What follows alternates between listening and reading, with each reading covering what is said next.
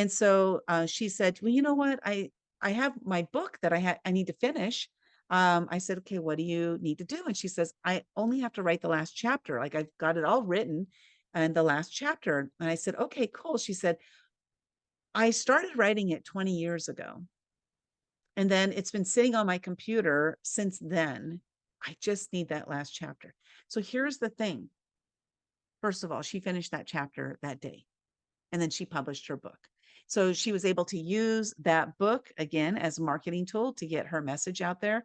Her book is about blended families. And 20 years ago, when she wrote the book, blended families weren't like a thing that was talked about as blended families. So she was ahead of her time, but she waited 20 years to publish it. She waited until blended families were a topic. Instead of being at the forefront, she was now coming into behind the wave. That's the first thing. So your knowledge that you have today, how can you utilize that and get that out there and make the impact now instead of waiting 20 years down the line?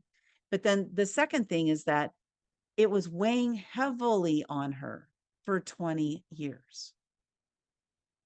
If you have a book inside of you, which I believe we all do, and Maya Angelou said it best, she said, there's no greater agony than bearing an untold story. I love that message because oftentimes we have the message, we have the story, but we're not taking the steps to do it. Why? I don't know. There's various reasons. Fear, a lot of times, is the reason. And so if you think about it, if it's weighing heavily on you, that's weighing you down. So when you get that book started, first of all, that taking that first step is saying, you know what, I'm going to sit down today and I'm going to start my book. And then you start writing, you have just lifted a tremendous amount of weight that you've been carrying around just by making that decision to get started. And then once you start writing and then you start writing and then you get into like, oh my God, this is so much fun. I'm loving this process.